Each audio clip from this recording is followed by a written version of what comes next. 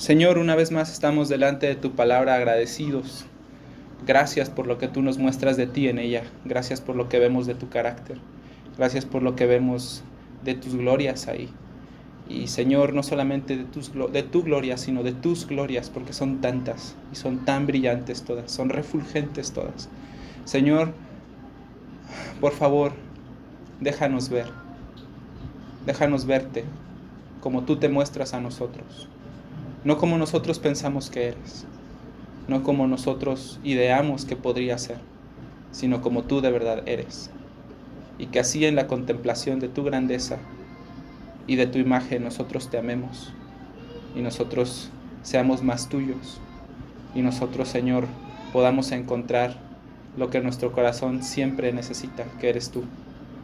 Así que, Señor, danos de tu gracia ahora que nos disponemos a leer el Evangelio de Marcos nuevamente.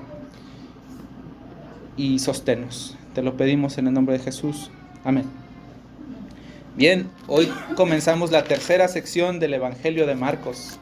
Recuerden que en la primera sección el Evangelio de Marcos nos presenta una pregunta: ¿quién es Jesús? Y durante todo ese tiempo, esa es la pregunta. Las personas están luchando con comprender quién es Jesús. No solamente las personas que lo han visto durante su ministerio, sino incluso sus discípulos. Nosotros recordamos cuando Jesús calma la tormenta, la pregunta de los discípulos fue: ¿quién es este que hasta el viento y el mar se le sujetan? ¿Cierto? Nosotros entendíamos por el Salmo 89 que Dios gobierna sobre el mar y que Él somete los vientos, y solamente Él hace eso. El Hijo de Dios, el brillo de la gloria de Dios había descendido al mundo, pero ellos todavía no entendían muy bien qué estaba pasando.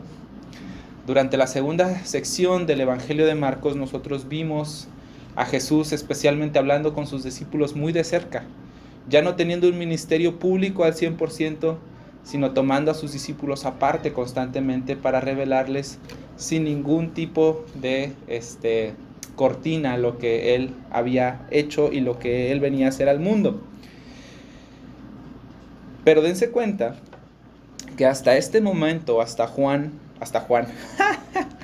Marcos 11, Jesús había mantenido su identidad encubierta hasta cierto punto. Si ustedes recuerdan, nosotros hemos aprendido que Jesús se llama a sí mismo el Hijo del Hombre, ¿cierto? Nosotros hemos aprendido que este Hijo del Hombre es el Cristo, es el Mesías, es el Hijo del Dios viviente, como nos lo revela su palabra cuando estudiamos acerca de la confesión de Pedro. Él es el Mesías prometido, aquel de quien Dios había dicho: afirmaré para siempre el trono de su reino, como lo leímos hace algunas semanas en 2 de Samuel 7:13. Y también, como leímos en Daniel 7:14 hace algunas semanas, que a Él le fue dado dominio, gloria y reino para que todos los pueblos, naciones y lenguas le sirvieran. Su dominio es un dominio eterno que nunca pasará, y su reino uno que no será destruido. Eso fue lo que aprendimos acerca del Mesías en Daniel 7:14. Pero Él no había querido que las personas lo identificaran como rey, o por lo menos no aún. Recuerdan que durante el ministerio del Señor Jesús, Él constantemente está pidiéndole a las personas que no digan nada, que guarden silencio. Nosotros lo vemos, por ejemplo, yo conté 1, 2, 3, 4, 5, 6, 7, por lo menos 7 ocasiones en las que llevamos en el Evangelio de Marcos, donde el Señor le pide a las personas que guarden silencio y no revelen lo que Él ha hecho o lo que Él es. En Marcos 1, del 21 al 25, cuando Jesús libera a un hombre de un espíritu inmundo. En el 1:44 con el leproso de Capernaum. En el 13:11 con los espíritus inmundos. En el 5:13 cuando él revive a la hija cuando él resucita a la hija de Jairo, mejor dicho. En el 7:36 cuando él libera a este sordomudo. En el 8:22 con el ciego de Betsaida. En el 8:29 el 30 cuando Pedro dice: tú eres el Cristo. Él les dice que sí, Él es el Cristo, pero que no lo digan a nadie. Y en el 9:9, en la transfiguración, cuando después de que se termina y los discípulos han terminado de ver al Señor con Elías y con Moisés, Él les pide que no lo digan a nadie. La palabra de Dios dice literalmente que les mandó a que nadie dijesen lo que habían visto. Hasta ese momento, hasta el momento de la entrada a Jerusalén, el Señor Jesús había tratado de mantener que Él es el Rey prometido, de cierta manera lo más encubierto posible, por decirlo de algún modo. Él no ha querido revelarlo en su totalidad.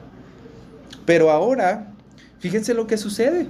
En los versículos del 1 al 7, nosotros, a sus discípulos sí les dijo. A nosotros tenemos un relato donde nosotros escuchamos que Jesús sí le dice a alguien que vaya y cuente que fue al endemoniado gadareno. Pero al endemoniado gadareno, el Señor Jesús le dijo: ve y cuenta todas las cosas que Dios ha hecho por ti y cómo ha tenido de ti misericordia. La instrucción al endemoniado gadareno no es que diga: ve y diles que yo soy el Mesías prometido. Porque, sino lo que Dios había hecho con él. Porque así como los discípulos, la nación de Israel no entendía la naturaleza del reino de Jesús. Ellos pensaban que Jesús era un rey que venía a conquistar y a liberarlos de la opresión romana. Jesús no había venido a hacer eso. Jesús había venido a salvarlo de sus pecados y de la muerte. Así que mira lo que hace Jesús ahorita. O sea, Jesús lo mantiene no revelado completamente, pero sí ha demostrado que Él es el Mesías, sin lugar a dudas. Hasta ahora nosotros entendemos eso. Pero ahora Jesús, miren en el versículo del 1 al 7 lo que hace. Él deliberadamente comienza y les dice: miren, vayan y vayan a esta aldea, ya va a haber un pollino, desátenlo y tráiganmelo. Y escucha la instrucción que Él da en el versículo 3. Y si a alguien les dijere: ¿por qué hacen esto? Digan que el Señor lo necesita. El Señor con mayúscula. Era un pollito. Un burrito. Un burrito joven al que nadie había montado. Es un burrito sin domar. Por eso le llamaban pollito. Exacto, es un nombre genérico para un burrito joven. ¿Ok? Entonces, este es el asunto. Pero mira, el Señor lo necesita. Este título, Señor, recuerden que en el Antiguo Testamento es único de Dios. Único. Hay otros señores con S minúscula, pero S mayúscula en el Antiguo Testamento únicamente es referido a Dios. Y mira lo que dice el Señor Jesús. Si alguien les dice que por qué están desatando al pollino, ¿qué le van a decir? El Señor lo necesita. Jesús ahorita está orquestando todo. Él va y Él pide el pollino para entrar a Jerusalén, ¿cierto? Él va y les dice qué decir, traen al pollino y Él entra deliberadamente a Jerusalén. Ahora es Jesús quien planifica y orquesta su entrada a Jerusalén, así exactamente como fue. Él envía a los 2 discípulos, les da las instrucciones, como ya dijimos. Él ya no esconde nada, Él dice: el Señor lo necesita. Y Él hace esto por una razón. El Evangelio de Marcos no nos dice por qué Jesús hace esto, pero el Evangelio de Mateo sí. Así que yo te voy a pedir que por favor vayas al Evangelio de Mateo y busquemos en el capítulo 21. En el versículo 4. Mateo 21, 4. En los versículos 2 y 3. 21, 4. En los versículos 2 y 3 se nos dan las instrucciones. Pero el 4 dice: todo esto aconteció para que se cumpliese lo dicho por el profeta cuando dijo: decid a la hija de Sión, he aquí tu rey viene a ti, manso y sentado sobre una asna, sobre un pollino, hijo de animal de carga.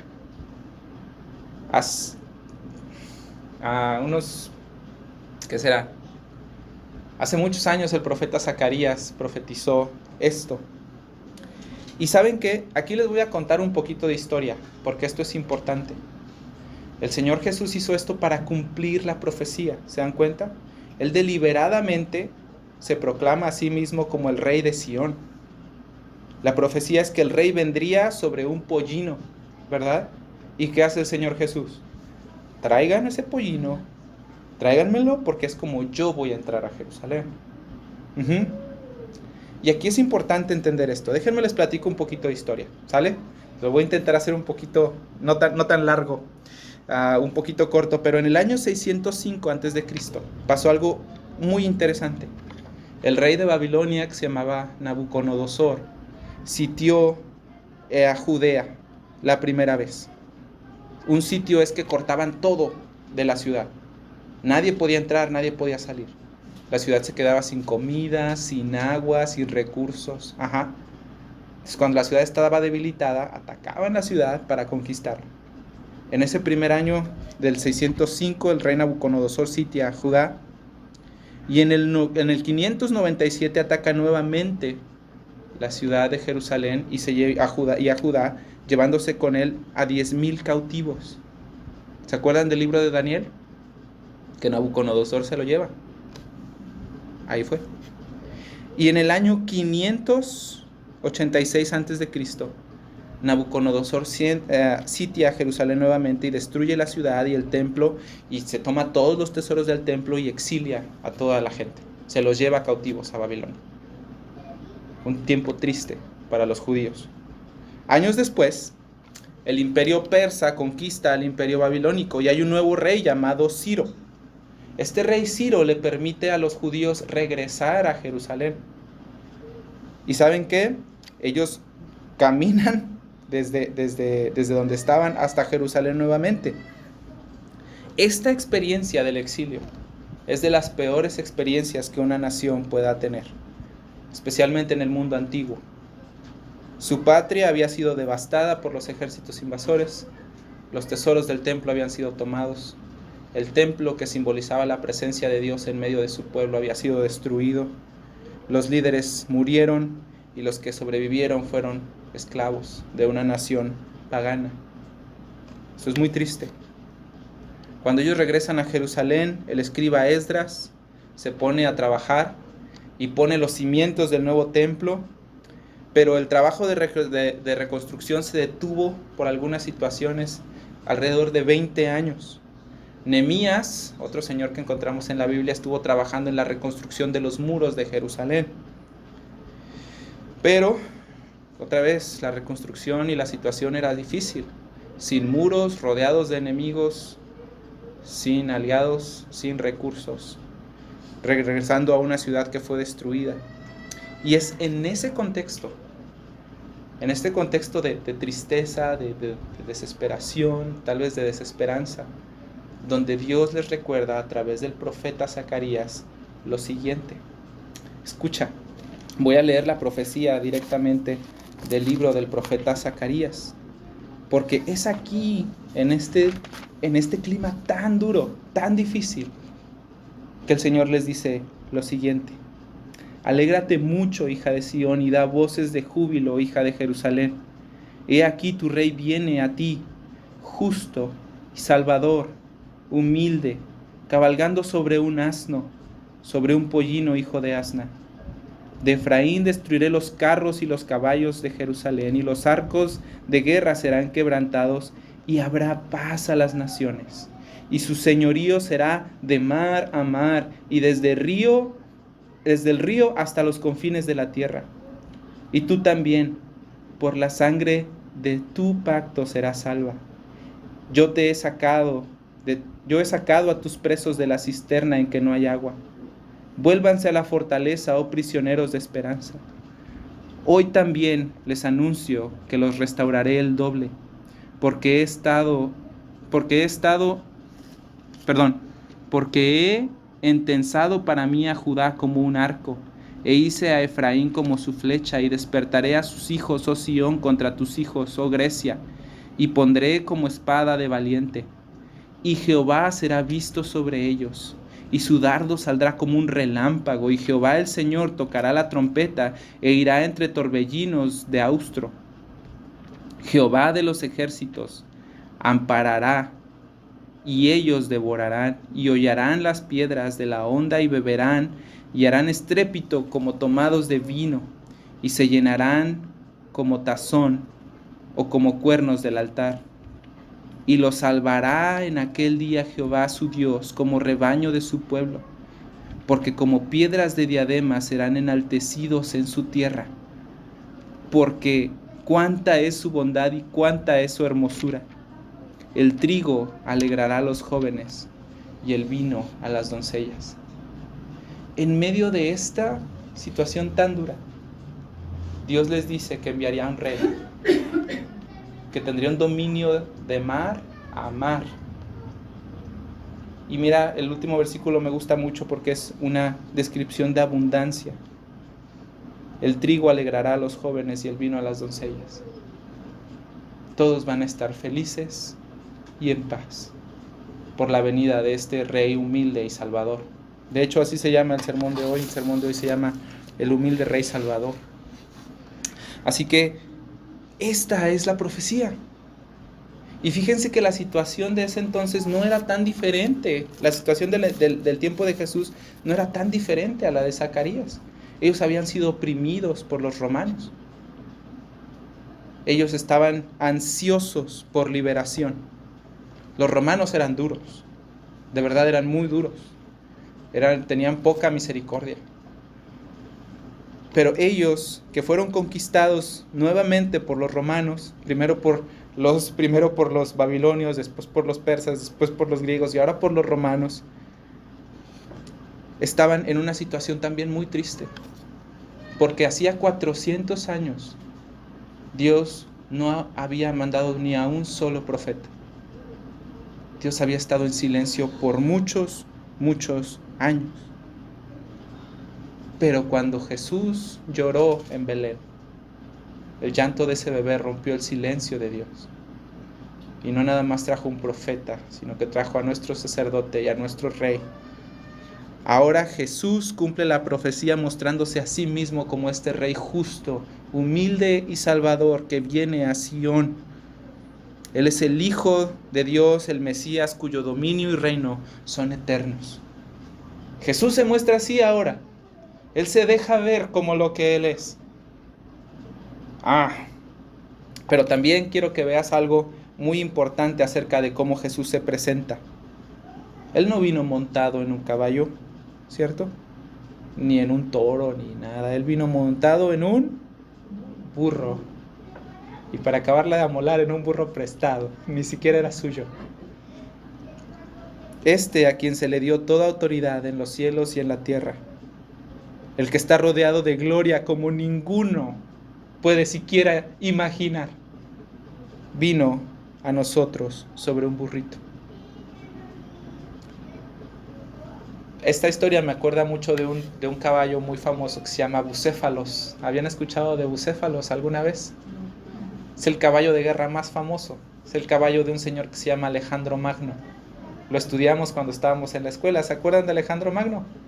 Que a sus 30 y tantos años, por ahí de mi edad, él ya andaba ahí llorando y estaba bien agüitado porque ya no tenía más mundos que conquistar. Él había conquistado todo el mundo conocido a mi edad, o más joven. Bucéfalos era su caballo. Era un caballo negro, más grande de lo normal, con una cabeza muy ancha.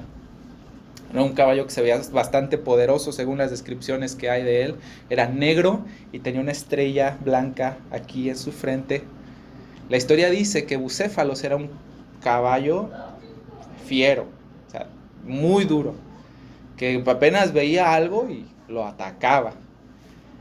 Esta historia de Bucéfalos dice que una vez trajeron este caballo al padre de Alejandro Magno, al rey Felipe II de Macedonia, y lo vio y le encantó el caballo, pero como era tan bronco este caballo, lo que hizo fue dárselo a su hijo. Entonces Alejandro lo vio y se dio cuenta de que el caballo tenía miedo de su sombra. Por eso no se dejaba montar. Entonces él lo puso de frente al sol y luego lo montó. Y luego lo montó. Y entonces ya el caballo después pues hizo lo que tiene que hacer. Alejandro Magno domó al caballo y desde entonces se enamoró de su caballo. De hecho, a una ciudad le puso el nombre de su caballo, le puso Bucefalía. Alejandro Magno amaba su caballo. En todas sus conquistas, Alejandro Magno llegó montado en su caballo. De hecho, hay una historia que dice que una vez uno de sus generales perdió una batalla y se llevaron a bucéfalos. Y Alejandro Magno les mandó una carta diciéndole que si no regresaban a su caballo, iba a devastar la tierra, iba a cortar todos los árboles y no iba a perdonar la vida de nadie. Le regresaron su caballo con una carta pidiéndole clemencia, por favor. O sea, este es el caballo de un conquistador. Un caballo poderoso, un caballo grande y fuerte. Un caballo que hace que te dé miedo ver al conquistador montado en él porque viene a pelear contigo. Pero el Señor Jesús no vino en un caballo. Él vino en un burrito. El Rey Jesús no llama a las personas a tenerle miedo y rendirse porque si no los va a destruir. Él los llama con el Evangelio de la paz. Y Él viene y no los conquista con una espada. Primero conquista su corazón. Primero conquista su corazón y los llama. Y los trae a su reino, no como esclavos, sino como hombres libres. No para hacerlos sus servidores, sino para hacerlos sus amigos y parte de su familia. El Señor Jesús hace así las cosas. Él les da vida por medio de su Espíritu. Y damos tantas gracias a Dios porque Él nos ha vencido, ¿cierto? Porque ha vencido nuestro orgullo y nuestro corazón duro. Y nos ha traído hacia Él con lazos de amor, con amor eterno, como dice el libro del profeta Jeremías. Lo amamos porque siendo en forma de Dios no estimó ser igual a Dios como una cosa que aferrarse, ¿cierto? Sino que se hizo hombre y en su condición murió por todos nosotros, haciéndose siervo de todos.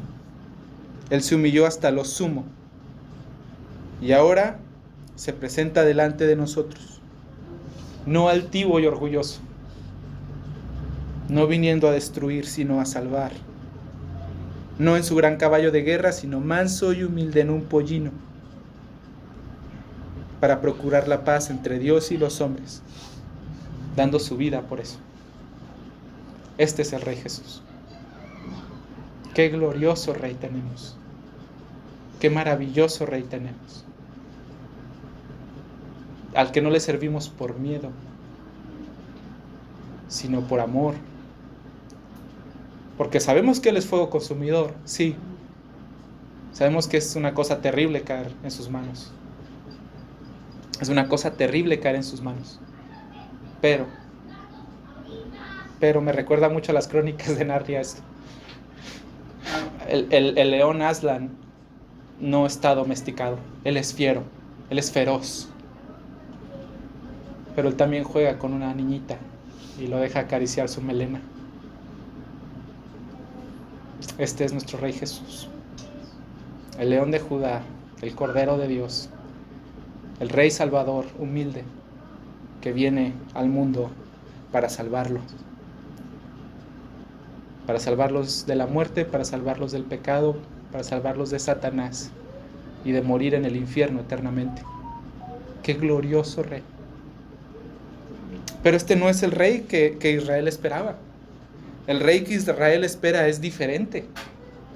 Ellos esperan un Rey que traiga abundancia física, seguridad física, que traiga liberación física. De hecho, hay un relato en Juan 6:15 en el que Jesús alimenta a los 5,000. ¿Recuerdan esa historia? Y entonces Jesús, después de que alimenta a los 5,000, después de que descansan, al día siguiente se pasa a la otra orilla del mar de Galilea y va toda la gente siguiéndole. Y escucha las palabras de Jesús en Juan 6:15. La gente venía para hacerlo rey y Él dice: me buscan porque comieron pan y porque se saciaron. No porque vieron las señales, no porque creen en mí. Ustedes quieren hacerme su rey porque quieren que les dé de comer. Si lo pudiera parafrasear de algún modo, lo diría así. El pueblo de Israel, quería un rey que les trajera prosperidad física ahora. Con esta esperanza en mente, entonces pasa lo que sucede en el Evangelio de Marcos. Vamos a volver ahí, por favor. Con esta esperanza de ver un rey que los liberaría por fin del Imperio Romano, ¿qué hacen estas personas? Mira lo que hacen en el versículo 7. Dice, y trajeron el pollino a Jesús y echaron sobre él sus mantos y se sentó sobre él. Estos son los discípulos los que echaron sus mantos, pero también muchos tendían sus mantos por el camino y otros cortaban ramas de árboles y las tendían por el camino. ¿Por qué tendían mantos en el camino? Bueno, hay otra historia importante aquí. Y aquí quiero hacer un paréntesis pequeño porque mira, esto es lo que intentamos decir cuando decimos que la predicación es bíblica. O sea, no nada más decimos lo que a mí se me antoja del texto o lo que yo me imagino del texto. La Biblia se interpreta con la Biblia misma. Ajá. Nosotros estamos viendo a la luz de lo que pasó 500 años antes de Cristo con el profeta Zacarías. Ajá.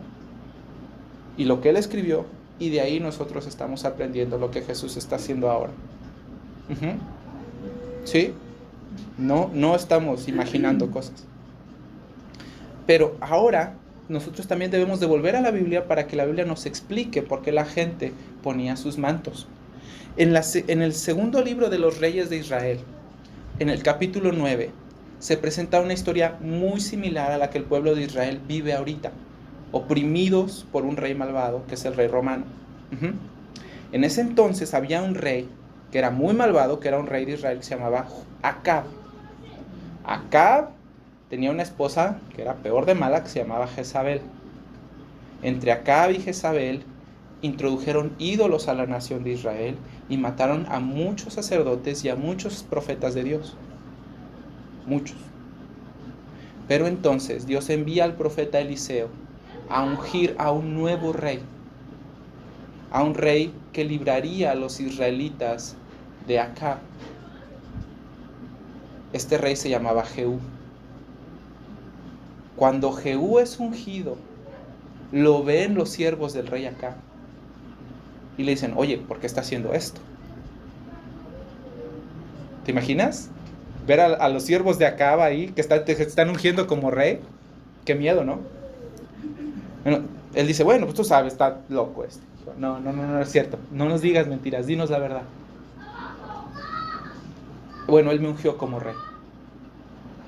¿Ustedes van a tomarme como rey? Sí te tomaremos como rey. Y de hecho mira lo que dice en el capítulo 9, en el versículo 13 del segundo libro de los Reyes de Israel. No te lo quiero decir a medias, quiero decírtelo bien porque se me escapa ahorita, mi mente no funciona tan bien como yo quiero. Segundo de Reyes les dije, ¿verdad? Segundo de Reyes 9. Estoy en el primero. Permítanme encontrarlo para ustedes. Dice así. 9:13. Segundo de Reyes 9:13. Dice, entonces, de los siervos de acá, cada uno tomó apresuradamente su mano y lo puso debajo de Jehú como un trono alto. Y tocaron la corneta y dijeron, Jehú, es el rey. Ellos tendieron sus mantos como un reconocimiento de que Dios había escogido a Jehú como el rey verdadero de Israel. ¿Qué estaban haciendo los judíos en el tiempo de Jesús? Ellos, desde su perspectiva esta de liberación, que ansiaban un liberador, dijeron, nosotros queremos que tú seas nuestro rey. ¿Y cómo lo demostraron? Exactamente. Muy bien, son bien listas. Pusieron sus mantos ahí. Entonces ellos hacían y ponían sus mantos y otros ponían palmas, dice ahí, ponían ramas de árboles. Las palmas en la literatura judía son un símbolo de victoria y de alegría. Entonces, ¿qué dijeron ellos? Ya llegó nuestro rey. Ya la hicimos. Y ellos hicieron una cosa más. Ellos pusieron los mantos, ellos pusieron las ramas, que es lo que nosotros celebramos como el Domingo de Ramos, que es la última semana de vida del Señor, desde que entra hasta Jerusalén hasta que muere el viernes y resucita el día domingo. Ajá. Bien, lo último que hicieron ellos fue que cantaban, gritaban, estaban gritando: Hosana, bendito el que viene en el nombre del Señor, bendito el reino de nuestro padre David que viene, Hosana en las alturas. Ellos ya dijeron, ya el reino de David, este reino próspero, este reino que no va a terminar, este reino que va a liberarnos de nuestros enemigos, por fin llega. Hosana significa literalmente, sálvanos, Señor, ahora. Ellos estaban ahí recibiendo a Jesús. ¿Y saben qué? Estos que leímos aquí, Hosana, bendito el que viene en el nombre del Señor, son tomados del Salmo 118, el que leímos en la mañana. Y este salmo, el Salmo 118, se leía y se cantaba usualmente en el tiempo de la Pascua. Cuando sacrificaban al cordero para recordar cómo Dios los había sacado de Egipto, cómo Dios los había liberado de la opresión. ¿Te fijas cómo todo está todo va sobre lo mismo? Cómo Dios levanta a un libertador que lo saca de la opresión de un rey malvado. ¿Te fijas? Entonces, este salmo se cantaba en el tiempo de la Pascua. Y de hecho, esto dice, bendito el que viene en el nombre del Señor. Nos recuerda mucho a lo que pasó con David y Goliat. David, cuando se enfrenta a Goliat, dice, tú vienes conmigo con espadas y lanzas. Dice, pero yo vengo a ti en el nombre de Jehová de los ejércitos. Bendito el que viene en el nombre del Señor. Y otra vez, como un Salvador se levanta para librar a Israel de la opresión de los malvados. ¿Te fijas? Bien, entonces ellos estaban cantando, poniendo los mantos, las palmas, todo. Pero aunque ellos hicieron todas estas cosas tan profundas simbólicamente, porque son muy profundas en un nivel simbólico, no creían de verdad eso. Las mismas personas que ahorita están gritando Hosana, bendito el que viene en el nombre del Señor, en unos días van a estar gritando que lo crucifiquen.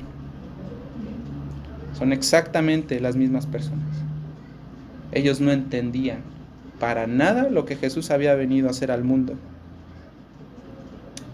¿Y saben qué? Nosotros tenemos que entender que saber cosas sobre Jesús no significa que nosotros entendamos quién es Él o lo que Él hace.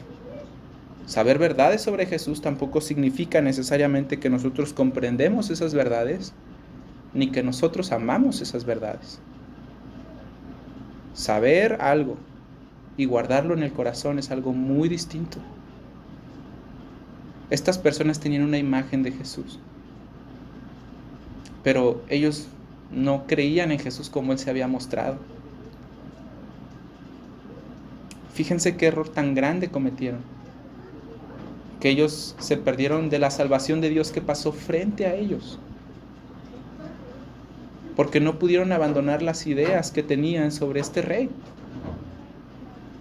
Por eso oraba hace ratito de ese modo: Señor, ayúdanos a conocerte como tú te nos muestras, no como nosotros pensamos que eres, no como nosotros creemos que eres, sino como tú te revelas a nosotros. Enséñanos a conocerte y amarte así, como tú eres. Mira cuántas personas piensan en Jesús tantas cosas. Y cómo seguimos pensando todavía, a pesar de que el Señor nos ha mostrado lo que Él es. Lo que las personas piensan, por ejemplo, de Jesús, que si tú crees en Jesús, Él va a darte una vida próspera y buena. Que Él vino para eso. Hay predicadores que literalmente te dicen que Dios, Jesús, vino a este mundo para que tú tengas tu mejor vida aquí y ahora. ¡Qué mentira tan terrible! Porque esas personas que esperaban o sea, si Jesús los liberaba a los judíos, así, físicamente, como ellos esperaban, pero pierden su alma, ¿cuál es la ganancia que tienen? Ninguna. Nosotros tenemos que entender que saber cosas de Dios y comprender y atesorar esa verdad en nuestro corazón es muy distinto. Muy distinto. A veces pensamos que las personas que saben mucho son personas bien piadosas. Mentira. Mentira. El Señor Jesús dijo: los conocerán por sus frutos. Y el fruto del Espíritu es amor, gozo, paz, paciencia, benignidad, bondad, fe, mansedumbre y dominio propio. La piedad de una persona no se sabe en lo que él, o no se ve en lo que él sabe, o en sus actos religiosos. ¿Saben cómo se ve que una persona de verdad ama al Señor y de verdad cree en el Señor? En su carácter. En su carácter sujeto a Dios, a su ley. En un carácter alegremente obediente que se somete al señorío del Rey Jesús. Así se ve que una persona de verdad le conoce, que ama a su Rey, que adora a su Rey. No solamente cantando, sino con su vida. Nosotros tenemos que entender que la religiosidad y la información no hacen a personas piadosas. Es un corazón sometido al gobierno del Rey Jesús lo que hace que las personas sean piadosas. Así que ahora ya vimos a este rey que se presentó. Ya vimos cómo el rey aparece, ¿verdad? Montado en un burrito. Ya vimos la presentación de este rey que no viene duro como un conquistador, sino que viene humilde como un salvador, montado en su pollino. Ya vimos el rey que los israelitas esperaban, pero ahora quiero hablarte de la gloria del rey humilde que entró en Jerusalén. Mira, lo primero que quiero decirte de la gloria de este rey humilde que entró a Jerusalén es que entró a Jerusalén. Y tú vas a decir: wow, qué bárbaro, qué observación tan maravillosa. Bueno, sí, porque recuerda cuál es el propósito de que él haya entrado en Jerusalén. Él entró en Jerusalén para ofrecerse a sí mismo como el Cordero Pascual que quitaría los pecados del mundo. Recuerda que en el Antiguo Testamento se ofrecían borregos y becerros y cabras constantemente, muchos, y ni uno solo de esos pudo quitar ni un solo pecado. Todos esos sacrificios eran un símbolo, una sombra de lo que iba a venir después. Lo que nos dijo Juan el Bautista en los primeros capítulos de Marcos: iba a venir el Cordero de Dios que de verdad quitaría el pecado del mundo. Él entró en Jerusalén. Él no rehusó entrar a Jerusalén.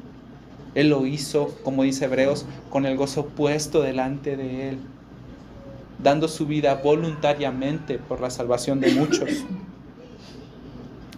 Y mira, dice el último versículo, el versículo 11: y entró Jesús en Jerusalén, ya lo dijimos, ¿verdad? Y después dice: y en el templo, y habiendo mirado alrededor todas las cosas, como ya anochecía, se fue a Betania con los 12. Quiero decirles que desde una perspectiva muy personal, este fue mi versículo favorito de este texto. Es decir, ¿pero por qué? O sea, no tiene nada de bueno, o sea, no tiene nada de interesante, nada. Bueno, es que sí tiene, porque Jesús entró a Jerusalén. Él entró voluntariamente a Jerusalén con alegría.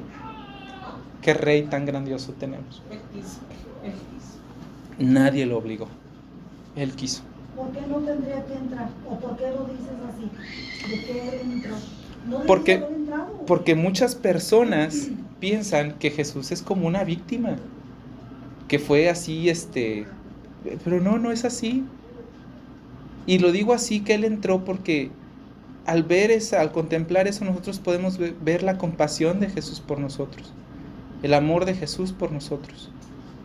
La Biblia dice que el amor es sufrido, y él de verdad sufrió, y él quiso sufrir. Al entrar en Jerusalén era ya por lo que ibas a pasar, ¿verdad? Con él. Él quiso salvar al mundo. Y es que es sorprendente que él quiera salvar al mundo. O sea, si alguien me dijera que Dios quiere quemar nuestro mundo hasta las cenizas, yo no le vería ningún problema. O sea, nomás volteen a ver a nuestro alrededor. Hace poquito estaba escuchando en las noticias que la Suprema Corte de Justicia dijo que es inconstitucional que un doctor se niegue a matar a un niño en la panza de su mamá. ¿En qué? En Canadá y en algunas partes de Estados Unidos, si tu hijo de 4 años como Job dice que él es niña y tú le dices, a ver hijo, no, espérate, no, tú puedes irte a la cárcel 7 años. Si tú no le permites vivir a tu hijo una locura, y si tú no le permites a tu hijo vivir en una mentira, entonces tú vas a ir a la cárcel 7 años. Y todo esto que se ha disfrazado de tolerancia y de amor, simplemente es un acto de desamor, es un acto de odio. ¿Por qué deberíamos de tolerar que la gente viva en algo que es una ilusión, una falsedad? Lo más amoroso sería decir la verdad. ¿Cierto? Yo no tengo problemas con que Dios queme el mundo. Yo tal vez diría, bueno, sí, cierto, sí. No lo merecemos. Pero que Dios quiera salvarlo. Que Dios haya querido y viajado desde Cesarea de Filipos, caminado tanto, haberse cansado, tener hambre y sed, y sufrir y padecer, para venir a tener esta coronación que ha sido falsa completamente. ¿Están de acuerdo? Falsa, porque era basada en un interés. Ellos querían a Jesús como los de Juan 6, por puro interés, no porque amaran al Rey. Que Jesús sintiera la falsedad de decir, qué bendito tú que has venido, y que quisiera salvarnos. Es maravilloso para nosotros. Y ese es uno feo con una persona que le falla. Dice uno, ¿por qué tiene 2 caras? Pues ahora Jesús sintiendo la hipocresía, pues así se llama, porque Sí, eso fue lo que sintió. Pero nosotros vemos a este Rey humilde, ¿verdad? Salvador. Y qué bueno que haya sido así. ¿Qué otra esperanza nosotros podríamos tener fuera de el amor de Jesús para nosotros y de la misericordia de Jesús para nosotros? Nada. No teníamos nada. ¿Por qué Jesús quiso amarnos? No lo sé. Por las razones que se esconden en lo profundo de su corazón. No lo sé. Pero Él quiso hacerlo. Él quiso entrar a Jerusalén. Y luego dice que Él entró al templo. El templo es una cosa muy interesante. No tengo tiempo para explicarlo todo ahorita, pero si ustedes leen el Antiguo Testamento, todo en el templo está diseñado para recordarle a los israelitas de la salvación de Dios. Todo. Déjenme explicarles nada más una sola cosa. El altar de sacrificio, que estaba a la entrada del templo. El altar de sacrificio estaba hecho de bronce. Era un cuadro de bronce. Y en cada esquina, tenía 4 esquinas. Y la Biblia hace mucho énfasis en que eran 4 esquinas. Y en cada esquina tenía 4 cuernos. El bronce en la literatura judía simboliza juicio. Los israelitas son un pueblo de muchos símbolos. Simboliza juicio. El número 4 usualmente en la literatura judía significa los 4 puntos cardinales: norte, sur, este y oeste. Todo. Y los cuernos simbolizan poder. El sacrificio que está sufriendo la ira de Dios ahí en tu lugar tiene el poder de salvar a todos los que a Él vienen. A todos. Y ese es el altar del sacrificio. Todavía faltan muchas otras cosas. ¿Y sabes qué hizo Jesús? Entró en el templo. Y dice ahí, y habiendo mirado alrededor todas las cosas, cada símbolo de su sacrificio salvador, Él lo contempló y lo vio. Él recordó la misión que su Padre le había dado. Y después fue a Betania con los 12 para comenzar su última semana de ministerio terrenal. Este es el Salvador glorioso, humilde y salvador que fue presentado a nosotros, que el mundo no conoció. Este fue. ¿Y sabes qué? Los israelitas, y al igual que nosotros, porque nosotros a veces hacemos lo mismo, malinterpretaron la misión de Jesús. Ellos pensaron que Jesús venía a liberarlos de Roma, del poder que venía a darles prosperidad. Pero, ellos pensaban que sus enemigos eran esas cosas. Pero no. Jesús vino a liberarlos del pecado, de las consecuencias de su pecado, de ese tirano que los tenía Satanás así en la mano. Él vino a salvar a su gente. Pero saben que a veces nosotros pensamos igual. Muchas personas se han ido de las iglesias porque yo me acerqué a la iglesia para que funcionara mi matrimonio y como no funciona, ya me decepcioné de Dios y ya me voy. Piensa que sus problemas se van a terminar. Sí, pero Jesús no vino principalmente a hacer eso. O sea, sí, Jesús hace nuevas todas las cosas, sí, pero empieza haciendo nuevas todas las cosas, haciendo nuevo tu corazón. Y nuestro corazón naturalmente odia someterse a Jesús. El corazón de cualquier hombre natural está completamente podrido y depravado, de modo que no puede desear a Dios y tampoco quiere hacerlo. El Rey Jesús vino a salvarnos, a hacer nuevas todas las cosas, a traer su reino al mundo, sí, pero establecer su reino primero, nuestro corazón, nuestra vida, nuestro carácter. Este es el Rey Salvador, el Rey que vino a morir por su gente, con alegría. El Rey que vino a liberarnos, y quiero hacer énfasis en esto, de nuestros pecados. O sea, no nada más del infierno, sino de mi propio pecado.